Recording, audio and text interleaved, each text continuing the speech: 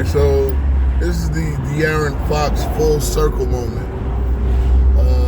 I'm identifying Brody as a gift that keeps on giving to New York. Look, DeAron Fox is a terrific player, right?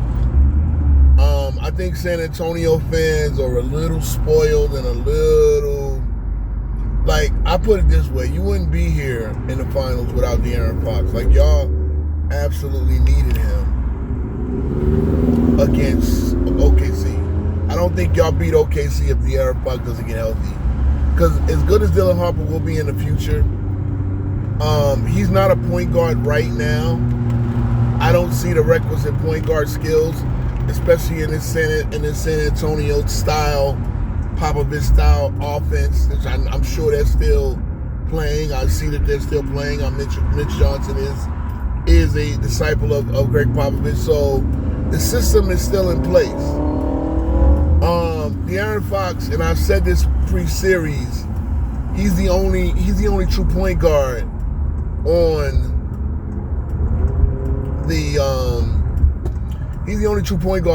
San Antonio's roster. They don't have a second true point guard, right?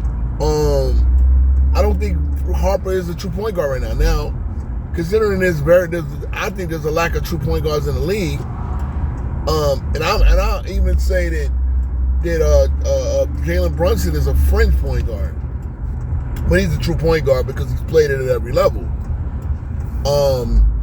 DeAron Fox, and I'm gonna go because it's a full circle moment. A couple of years ago, 3 years ago, he pretty much got Mike Brown fired, right?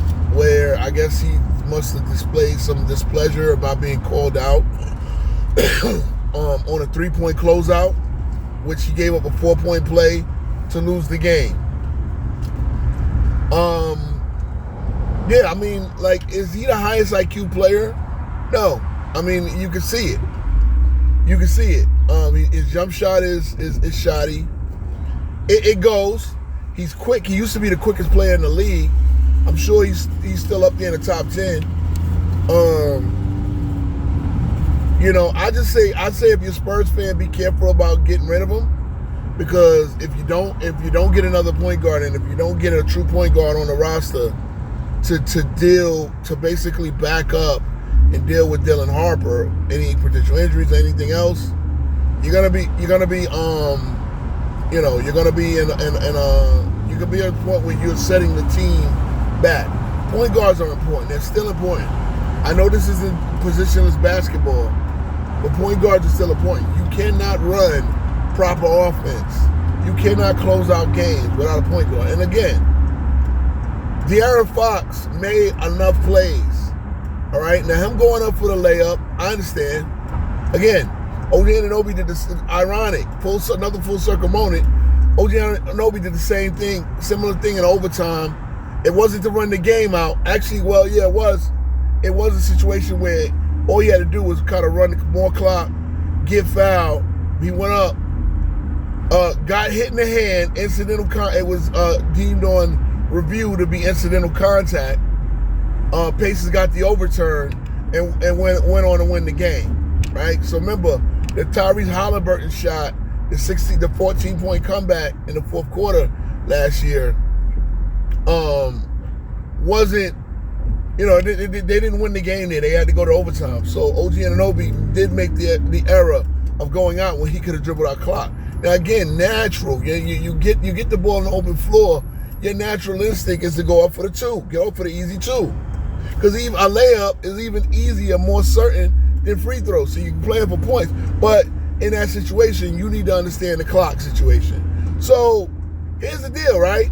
Mike Brown got fired that season, and Sacramento traded him to San Antonio anyway.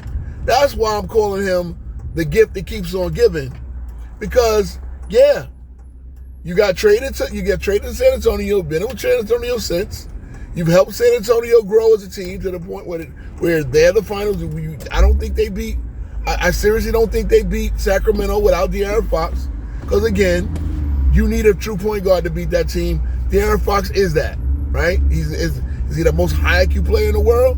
No, he's not. But he's not low IQ. and he at this point he is a better point guard.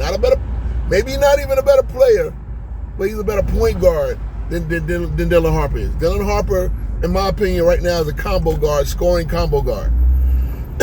Okay, so but Mike Brown was available because he got fired a few seasons ago, and now DeAron Fox is making questionable plays. Look, the Spurs all together. Harper, their best four players are Harper, Fox, obviously Wembanyama and Castle. And you can say that Fox is not a part of the future. The other three are. That's fine. But right now, that's their best four players. And honestly, I know Devin Vassell plays pretty good defense. But if I was San Antonio's coach, the one adjustment I would make, personally, is I would bring Vassell or I would bring Vassell over Champagnie off the bench, even go small and play I would get Harper in the starting lineup. Like, I think San Antonio, and again, I'm obviously rooting for them to do what they do. You know, I'm obviously rooting for the Knicks, so not that I want San Antonio to make the right, but if I was them playing devil's advocate, I would start Harper, make sure Harper plays 35 minutes, because he's been the one thing that the Knicks have not been able to solve. Like, or at least for the most part during the game. Harper is physicality, and again, the Knicks can adapt to that. Maybe he's a better, but I would, whether he starts or comes off the bench, I would make sure he plays 35 minutes tomorrow. Okay? But he's not ready to be the point guard right now, and I saw that against San Antonio. You see what I mean? Against OKC. You saw that. The two games that Fox missed, yeah, San Antonio was missing something. They had to win the game again. Remember, they were leading the whole game the whole time. So, yes, right now, San Antonio is a great team. Great, just by the mere presence of Wembanyama. They are hard. They're a very hard team to score on. So defensively, they're already a championship level team. Offensively, they're not there yet, and that's a fact of closing out games. So, I would, like I said, caution on getting on Fox, blaming everything on Fox. It is what it is. They wouldn't be there without him. He is a true point guard. He is a true point guard. The rest of these guys are not. They don't have another true point guard on the roster. Carter Bryant is not a point guard. You find me the second point guard on the roster. True point guard. The Knicks have three. and watching Alvarado come in and play 8 minutes and played the majority of the fourth quarter as he did in game 2 was a brilliant move by Mike Brown. Brilliant. Because yes, he was guarding Harper and he was giving up a lot, but he gave him resistance. He was basically being the two guard defensively, but really the point guard offensively. That 8-point sequence, the 8 points that he scored, absolutely. You know, and again, that goes to show you what, mind you, this is the same Alvarado who, yeah, he's about 28 now at this point because he went 4 years of school to Georgia Tech. But he has a playoff moment against Chris Paul. So that tells you, you know, experience matters. Experience matters. Look, Fox been in a losing organization. Sacramento, losing organization. For them to fire Mike Brown the year after he got Coach of the Year, amazing. But thank you, sir. Thank you, sir. Because Mike Brown, again, I don't think he's the perfect coach. I think he was the perfect coach for this roster. You needed a guy who understood that this was a championship level team and what was needed to unlock it. What adjustments, what moves that needed to be made. I think Mike Brown is a B+ level coach. And you can win a championship with a B+ level coach who understands the game, who understood. Again, the man was fired because he called out Fox for making a stupid play, playing help when the instructions were to give up the 2. A 2 can't beat us. a 3 can extend the game. And a 4-point play, which is what he did. He closed out. Mike Brown said there was no need to close out. So that tells you that he's a bit of a knucklehead. He's a bit of a knucklehead. They compare him to J.R. Smith. J.R. Smith always been a knucklehead. We knew this.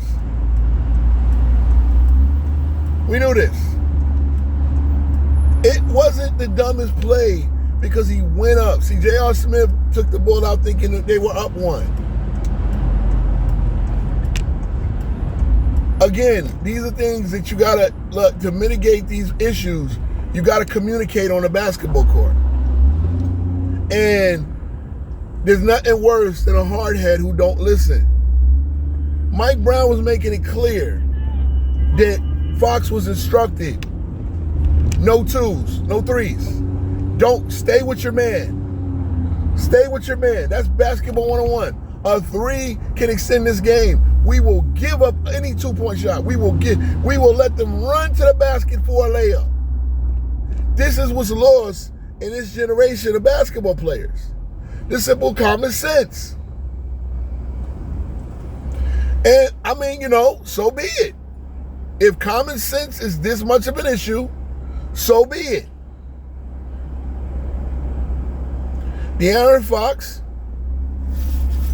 I mean, again, San Antonio wouldn't be here. I know for the OKC would have wiped the floor with the Knicks crew. Well, they're not here. The Detroit would have wiped the floor with the Knicks crew. Well, they didn't make it. Boston would have wiped the floor with the Knicks crew. They didn't make it either. So, and there's reasons why. I can get into all of them, and I will. Oh, I will. We got a whole off season with King Street Road might be the again. We ain't clinched nothing yet. I think the Knicks will win one of the last 3. I think they do close it out tomorrow. I think I think again. I called it at 5. I call mostly close games. I say the Knicks win comfortably tomorrow. But we shall see what goes down. But again, DeAron Fox, he'll be fine. Like he'll make a team like he would be great for a team like the Nets. Trade him. Trade him. The Nets would give up the 6th pick and a couple of other things. Trade him. They got money that needs to go on their cap. Trade him. He coming to Brooklyn. But you wouldn't be here without him. So you wouldn't be here without him because DeAron Fox is a terrific player. Not the most high IQ player, but he's a terrific player. Hey, Jalen Brunson does stupid shit.